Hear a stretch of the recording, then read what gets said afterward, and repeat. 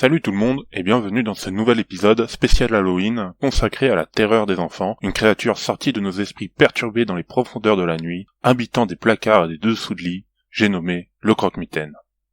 Voyons donc qui est ce monstre qui a servi de bouc émissaire à tant de mouillages de lits honteux chez tant de doux foyers dans le monde entier. L'origine de ce nom s'opère malheureusement dans les méandres de l'histoire. Toutefois, on présuppose que ce nom était utilisé pour désigner un antique démon hivernal qui servait à effrayer les enfants pour ne pas qu'ils aillent se perdre en pleine tempête de neige, prétendant qu'il mangerait les doigts et le nez des petits malins ayant bravé l'interdit en référence aux engelures dues aux morsures du froid. Il est aussi connu sous son patronyme anglais, le Boogeyman, qui signifierait littéralement homme-monstre, homme-fantôme ou homme-démon. Le nom anglais reprenant l'idée que la pire menace pour l'homme est l'homme, là où le nom français laisse une forme bien plus libre. Ce qui fonctionne aussi, mais comme c'est un nom anglais, c'est forcément moins bien que le croque-mitaine. Mais ce nom ne concerne pas que ces créatures, puisque la définition même du croque-mitaine dit que c'est un monstre qui attaque les enfants, généralement ceux refusant l'autorité parentale, que l'on appelle aussi des sales gosses. Avec une définition aussi vague, on a le droit non seulement au monstre en lui-même, mais aussi à toute une catégorie bien remplie de monstres hétéroclites venant du monde entier et plus encore, que je nommerai par souci de commodité croque-mitaine nommé. Mais commençons sans plus attendre avec notre cher croque-mitaine. C'est bien connu, le croque-mitaine est un monstre carnivore se trouvant directement dans la pièce censée être la plus sécurisée de la maison, la chambre du bambin. Non content de les dévorer, il prend un malin plaisir à faire peur, au point que cela puisse être aussi visuel pour lui que de se nourrir.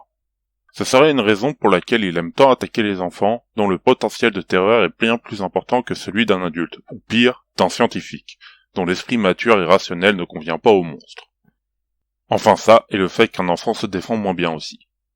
La principale force du monstre, et la seule qu'il possède, est sa capacité à faire peur. C'est un cauchemar et il agit en tant que tel. De son apparence à ses pouvoirs, il va tout mettre en œuvre pour tétaniser sa victime. Chaque rencontre est donc unique, chaque enfant ne réagissant pas forcément aux mêmes peurs qu'un autre. Et si le croque-mitaine choisit les enfants insupportables et autres sales gosses qui braillent déjà pour un oui ou pour un non au lieu de dormir paisiblement, c'est pour pouvoir le déguster tranquillement, persuadé qu'aucun parent ne posera de questions en entendant les hurlements de douleur et d'agonie de leur charmant bambin, déjà lassé de l'avoir entendu hurler au loup pour rien auparavant. Mais il est parfaitement capable d'attaquer un enfant sage si le besoin s'en fait sentir, bien que souvent cela finisse sur un échec. Afin de protéger le sommeil de ces charmants bambins, l'humanité dispose de plusieurs armes telles que les peluches et autres vaillants doudous, repoussant inlassablement ces monstres assoiffés de sang chaque soir dans une bataille épiquement silencieuse jusqu'à l'arrivée de l'enfant à un âge suffisamment mature pour qu'il se dise qu'il ne croit plus en ces conneries. Si vous n'avez pas de braves doudous pour vous protéger, la présence rassurante d'un ou deux parents dans la même chambre que vous fera office de protection de fortune du moment qu'ils ne se fassent pas dessus en voyant le monstre. Et sinon, la force du croque-mitaine ne pouvant s'exploiter à son plein potentiel que dans un environnement à très basse luminosité, laissant à peine distinguer son contour, une veilleuse permet donc de réduire la peur qu'il suscite. Mais ça finit par coûter cher tout ça. Donc c'est quand même mieux d'avoir un doudou avec vous, et, petit conseil, les nounours sont des gardiens d'élite. Je dis ça, je dis rien. Bien qu'il soit dangereux pour ceux qui le craignent donc, le croque-mitaine fait partie de ces monstres qui n'ont, comme on dit, que de la gueule. Il est vicieux et nous fait croire qu'il est invincible, mais une fois face à quelqu'un ayant la volonté et la capacité de se défendre, il ne peut que prier pour pas le finir en marionnette vivant. A l'inverse, les croque-mitaines nommés sont bien plus puissants et ne débordent pas de la peur de leurs victimes, mais en contrepartie, ils n'apparaissent qu'à des moments donnés pour punir une mauvaise action, ou sont confinés à des zones spécifiques pour indiquer la dangerosité de la zone. L'un de ses plus célèbres représentants n'étant rien d'autre que le père Fouettard accompagnant Saint-Nicolas pour punir les méchants enfants de son fouet vengeur. Les croque-mitaines nommés sont autant anciens que nombreux. La figure de ce monstre infanticide commençant dès l'Antiquité, comme la Lamia en Grèce, pas celle-là, mais celle-ci, ou certains Oni au Japon. Ce qui est logique en soi vu que l'intérêt du croque-mitaine est de faire peur aux enfants afin qu'ils soient plus obéissants, et ce, quelle que soit l'époque. Mais c'est au Moyen-Âge que nous vient la majorité d'entre eux, bien qu'ils doivent être issus de légendes antiques. Grâce notamment à la prolifération d'histoires et de contes reprenant aussi bien les créatures mythiques antiques connues, que celles devenues des légendes très localisées dans les villages paumés. Et certains ont eu telle renommée qu'ils deviennent des antagonistes récurrents des contes et autres histoires fantastiques, telles que la célèbre sorcière slave Baba Yaga, ou encore les non moins célèbres ogres, quand ce n'est pas le terrifiant méchant loup.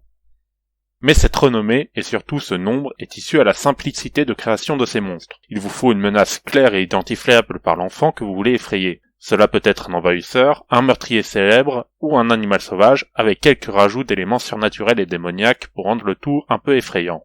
Puis dites-lui qu'il viendra le punir s'il fait des bêtises et laissez l'imagination de l'enfant faire le reste. Mais cette méthode, c'est un peu pour les fainéants. Les plus motivés peuvent créer leur propre croque-mitaine de toutes pièces, bien qu'aujourd'hui, on sera forcé de s'inspirer d'autres monstres déjà existants. Toutefois, gardez toujours une part de vérité dans votre histoire afin d'avoir un peu de crédibilité. Aujourd'hui, les croque-mitaines ont toujours autant de rayonnement dans la culture populaire, puisque d'une manière ou d'une autre, les enfants auront peur de quelque chose, d'une ombre, d'un bruit devenant monstrueux au plein cœur de la nuit et qui les empêchera de dormir, devenant ensuite de véritables traumatismes inconscients qui reviennent de temps en temps hanter les adultes qu'ils deviendront. Néanmoins, l'aspect fantastique de la créature est de moins en moins apprécié par la jeunesse d'aujourd'hui. Néanmoins, ils sont toujours très présents dans les histoires d'horreur surnaturelles, notamment littéraires, qui est, à mon sens, le support le plus adapté pour un monstre qui se base sur l'imagination, tel que Ça, de Stephen King en 1986, qui reprend le concept de croque-mitaine cauchemardesque sans réelle identité, ou encore les creepypastas, petites histoires d'horreur se trouvant sur internet, qui a notamment donné le Slenderman en 2009. Un croque-mitaine nommé entend une forêt américaine et s'en prenant aussi bien aux enfants qu'aux adultes pénétrant sur son territoire, mais qui va aussi chasser les jeunes qui ont le malheur de l'appeler en dehors de sa forêt. Attention, pour l'œuvre qui va suivre, je vais devoir spoiler. Du coup, je vous laisse 3 secondes pour aller au temps indiqué sur l'image. Donc, je voudrais faire une petite mention au livre Je suis une légende de Richard Matheson qui, grâce à une habile écriture, nous montre comment un individu peut devenir un croque-mitaine aux yeux d'une population en construction, qui donne tout son sens au titre. Chose que le film a mis de côté, comme à peu près tout ce qu'il y a dans le livre. Et pour ceux qui ont sauté jusqu'à maintenant, lisez Je suis une légende de Richard Matheson, vous ne perdrez rien. Les films ont également beaucoup utilisé la figure du croque-mitaine, notamment dans les grands slashers des années 80, tels que Les Griffes de la Nuit, Vendredi 13, Halloween, où un tueur invincible s'en prend à la jeunesse américaine, certes bien plus vieille que la tranche d'âge habituelle, mais tant que c'est en dessous de la majorité, on peut dire que ça passe. L'autre type de film où on retrouve le croque-mitaine sont les dessins animés pour enfants, où ils deviennent les antagonistes de l'histoire, comme l'étrange Noël de Mr. Jack, ou les 5 légendes, qui apprennent aux enfants à ne pas avoir peur de la créature pour mieux la combattre. A l'inverse, le film Monster Company va paradoxalement humaniser les croque-mitaines, devant affronter ce qu'ils craignent le plus pour répondre à leurs besoins énergétiques, à savoir les humains qui sont considérés à leur tour comme des croque-mitaines, et vivant dans un monde toxique aux monstres. Par contre, le croque-mitaine est bien moins présent dans les autres médias, apparaissant de temps en temps dans les séries comme Buffy contre les vampires, ou encore Grimm, mais étant donné la nature de ces séries, cela sonne plus comme un cahier des charges qu'autre chose. Il a aussi peu de présence dans les jeux vidéo, hormis les adaptations des œuvres citées dans les films, ainsi que dans quelques jeux d'horreur indés tels que Boogeyman, sorti en 2015, ou encore Little Nightmares, sorti en 2017, dans lequel le joueur incarne un enfant devant faire face à cette menace seul et avec son courage et son esprit pour seules armes. À noter que le catcheur américain Marty Marty-Wright de la WWE a pour nom de scène Boogeyman entre 2006 et 2009, où il prend le rôle du monstre apparaissant de nulle part pour attaquer le catcheur qui a prononcé son nom. Voilà, l'épisode est fini, j'espère qu'il vous aura plu. Si c'est le cas, n'hésitez pas à laisser un petit pouce, à vous abonner et à partager la vidéo à vos amis. Et si vous avez des informations complémentaires, conseils ou critiques sur cet épisode, vous avez l'espace commentaire en dessous. Moi je vous dis à bientôt et je vous souhaite une bonne fête des morts. Salut.